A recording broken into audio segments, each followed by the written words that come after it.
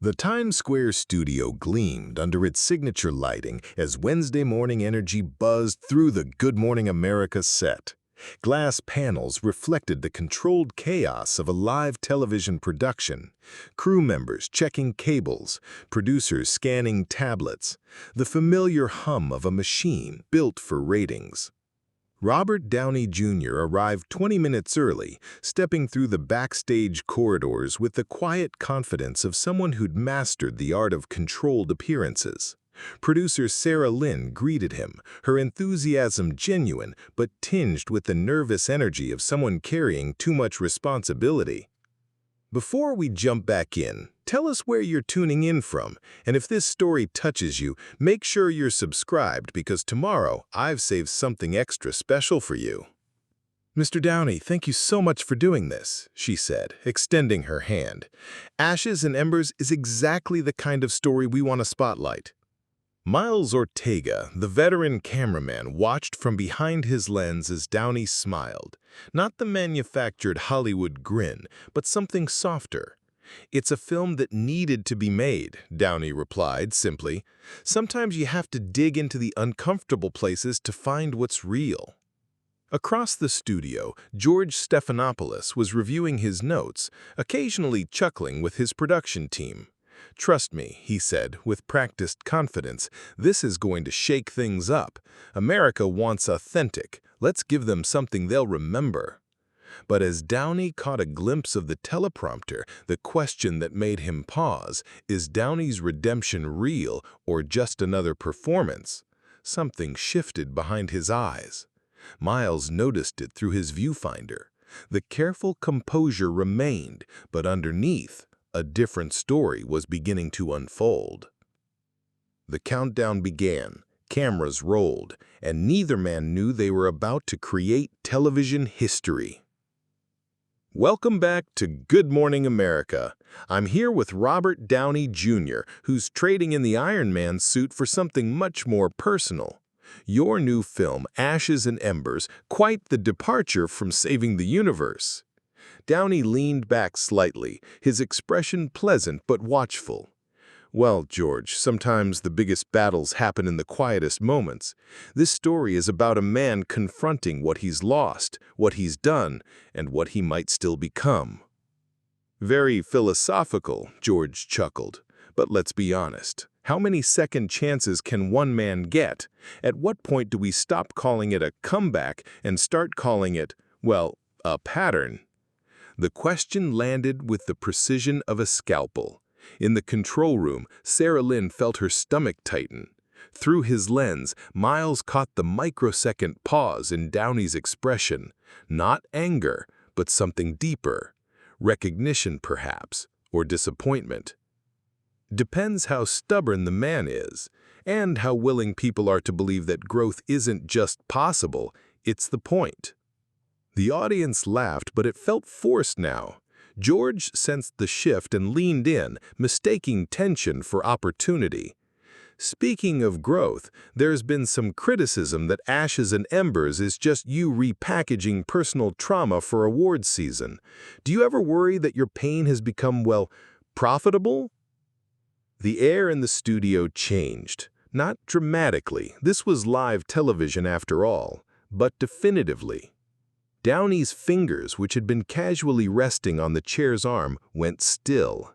His eyes, which had been dancing between the camera and his host, locked onto George with laser focus. "You think healing is for sale, George?" The question came quietly, but it cut through the studio's carefully orchestrated energy like a blade through silk. George's media instincts kicked in. He'd drawn blood, and now the audience was leaning forward. This was the moment that would trend, that would be replayed, that would justify the booking. "I'm just asking what a lot of people want to know," he said with practiced innocence. "When someone has been through what you've been through and then makes a movie about redemption, well, the optics are interesting." Sarah Lin's hand moved to her earpiece, and she whispered urgently to George's producer, "Pull back. This isn't what we discussed." But George was already committed to the trajectory. I mean, grief cosplay is quite the industry these days, isn't it? The words hung in the air like smoke from a gun that had just been fired. In the audience, people shifted uncomfortably.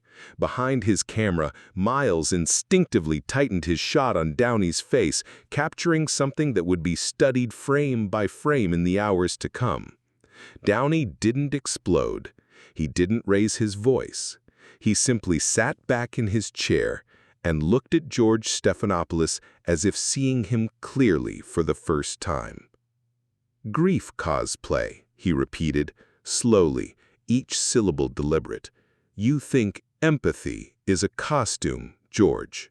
"I think some people wear it better than others," George replied, his smile now feeling more like a shield than a weapon. "You want a headline, George, not a conversation." Downey's voice remained steady, but something fundamental had shifted. The celebrity mask, the one every famous person learns to wear in these chairs, had been set aside. What remained was simply a man who had decided he was done pretending this was acceptable. The audience murmured, not with laughter this time, but with recognition. They were witnessing something unscripted in a medium that scripted everything, and somehow that made all the difference. Miles kept filming, his instincts telling him that whatever happened next would matter far beyond this studio, far beyond this morning, far beyond anything anyone had planned. George felt the temperature drop in the studio, but mistook it for television gold. Instead of pulling back, he doubled down, his media instincts overriding any sense of human decency. "Look, Robert, I'm not trying to be harsh here, but when you make a movie about grief and loss, after everything you've put people through, your family, your fans, the studios that took risks on you, doesn't it feel a little like performance art?" The question landed like a slap. Even the camera operators exchanged glances. This wasn't journalism anymore. It was blood sport disguised as morning television. Downey's jaw tightened almost imperceptibly. When he spoke, his voice carried the weight of someone who had spent years learning to choose his battles carefully. "You think redemption is performance art, George. You think the work I've done on myself, with therapists, in meetings, with my family, that's all just preparation for a role?" "I think Hollywood loves a good comeback story," George replied, his smile now looking more like a grimace. "And you've certainly mastered the art of the comeback." The studio audience had gone from uncomfortable murmurs to dead silence. Even they could sense this had crossed from interview into something uglier. In the control room, Sarah Lin whispered to her assistant, "This isn't what we planned. This isn't what we are." Miles adjusted his camera angle, instinctively capturing both men in the same shot. George leaning forward like a prosecutor, Downey sitting back with the quiet dignity of someone who had finally recognized the game being played. "You want to know what's performance art?" Downey asked, his voice steady but his eyes blazing. "Pretending this conversation is journalism, pretending you're asking these questions because you care about truth instead of ratings. That's the real performance here, George." The power dynamic in the studio shifted like tectonic plates, and everyone watching knew it. The atmosphere crackled with an energy that transcended typical television tension. Downey had stopped playing by the unwritten rules of celebrity interviews, the careful deflections, the practiced charm, the willingness to be a dancing monkey for public consumption. Instead, he leaned forward and spoke with the clarity of someone who had nothing left to lose. "You want to talk about performance?" he said, his voice gaining strength. "Let me tell you what real performance is. It's sitting in a room with strangers and admitting you're powerless. It's calling your kids and apologizing for things they shouldn't even remember. It's waking up every day and choosing to be better than the person you were yesterday, even when the whole world seems invested in keeping you exactly where you were." George tried to regain control, his professional instincts kicking in. "But surely you can understand the skepticism. I understand that skepticism sells. I understand that redemption makes people uncomfortable because it suggests they might have to examine their own capacity for change. And I understand that it's easier to tear someone down than to celebrate their growth." The silence that followed was deafening. Miles kept his camera steady, knowing he was capturing something that would be analyzed, dissected, and remembered long after the commercial break. "This movie isn't a comeback," Downey continued, his voice softening but losing none of its intensity. "It's a confession. It's me saying that I've been broken, that I've caused pain, and that, somehow, through grace I didn't deserve and work I barely understood, I found my way to something that looks like peace." George opened his mouth to respond, but Downey wasn't finished. "Redemption isn't sold, George. It's earned.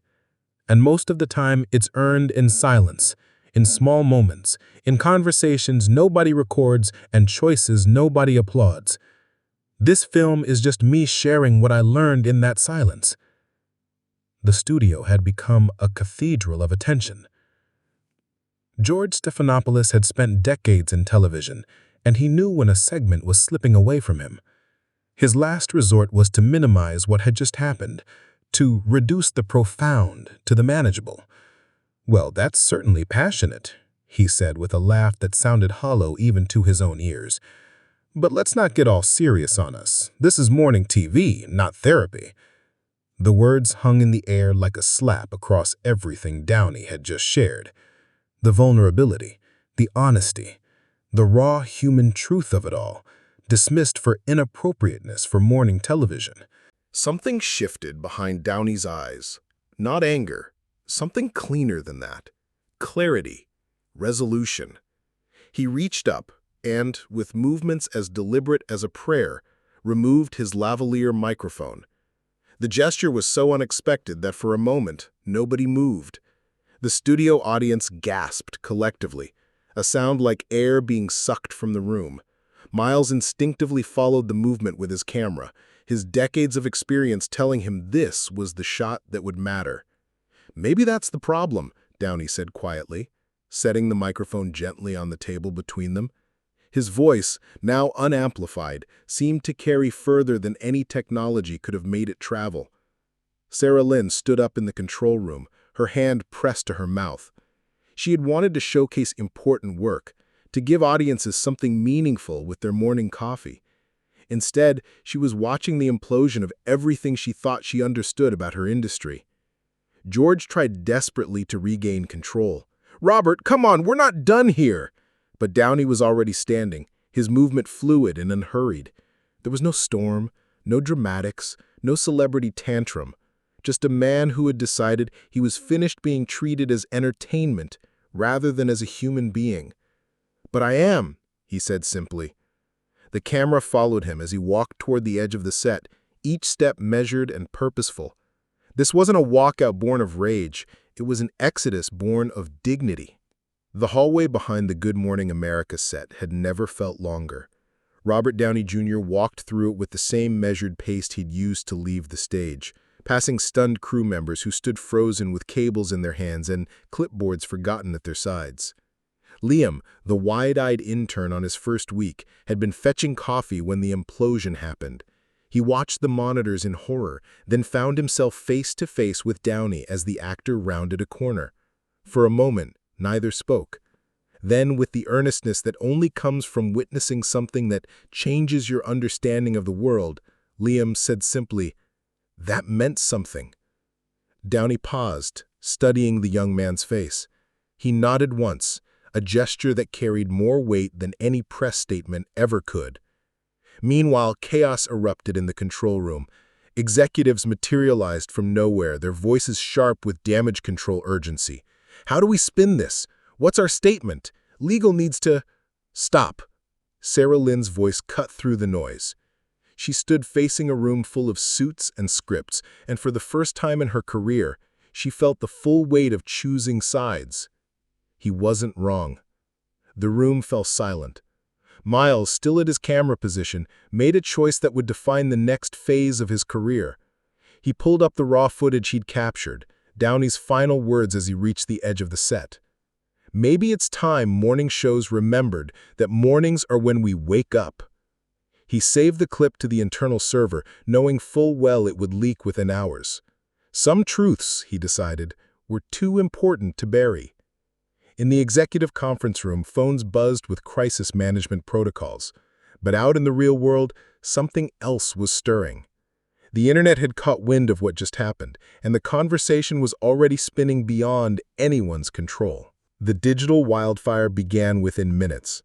Twitter exploded first, then TikTok, Instagram, and every other platform where human reactions collide with viral velocity. But this wasn't the typical celebrity meltdown circus. Something different was happening in the comments, the reposts, the endless streams of reaction videos.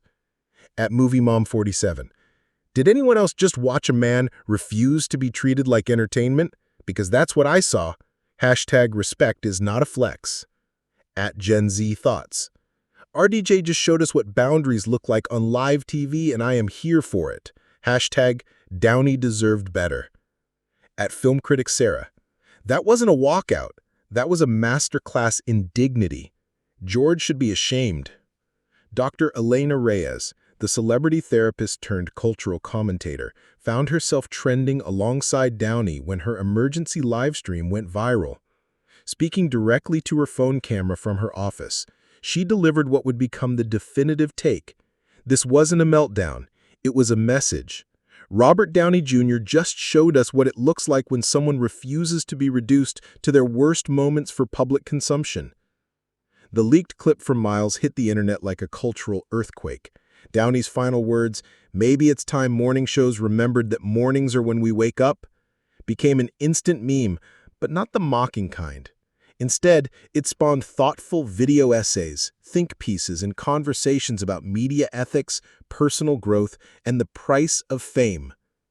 #WhenDignityWalks began trending globally, with users sharing stories of their own moments of standing up for themselves. Celebrities started chiming in, not with jokes or hot takes, but with genuine admiration. The Rock tweeted simply, "Respect." Oprah shared the clip with the caption, "This is what evolution looks like." Even traditional media couldn't ignore it. CNN ran a segment analyzing the interview. The Washington Post published an op-ed titled "The Morning Robert Downey Jr. Changed Television." Late-night hosts, for once, seemed genuinely uncertain whether to mock or applaud. The story was no longer just about one interview gone wrong. It had become about something much larger. Thursday morning arrived like the aftermath of an earthquake. The Good Morning America studio felt different, quieter, more careful, as if the building itself was processing what had happened within its walls. George Stephanopoulos opened the show alone, his usual co-hosts conspicuously absent from the awkward apology tour that had been hastily scripted overnight. "Yesterday, we had what you might call an unexpected moment," he said, his media training evident in every carefully chosen word. "Television is live. Conversations take unexpected turns. And sometimes," he paused, the weight of corporate messaging battling with whatever genuine feelings might have been lurking beneath his professional veneer. But the damage control felt hollow. The internet had already moved beyond corporate apologies to something more substantial, a genuine reckoning with how we treat people who dare to change, who dare to grow, who dare to be more than their worst moments. Sarah Lin found herself quietly reassigned to different projects. Not fired, but clearly moved away from high-profile bookings. She didn't fight it. Instead, she found a direct message waiting in her inbox from an account she recognized. "Thank you for booking me anyway. The right stories need to find their way into the world even when they're uncomfortable, especially then." It was unsigned, but she knew who had sent it. Liam, meanwhile, discovered that witnessing history had its advantages. His earnest reaction to the moment, shared during a late-night interview with a podcaster friend, went viral in its own right. By Friday, 3 different news organizations had reached out about internship opportunities. And then there was Downey himself, who chose Instagram over press releases for his response.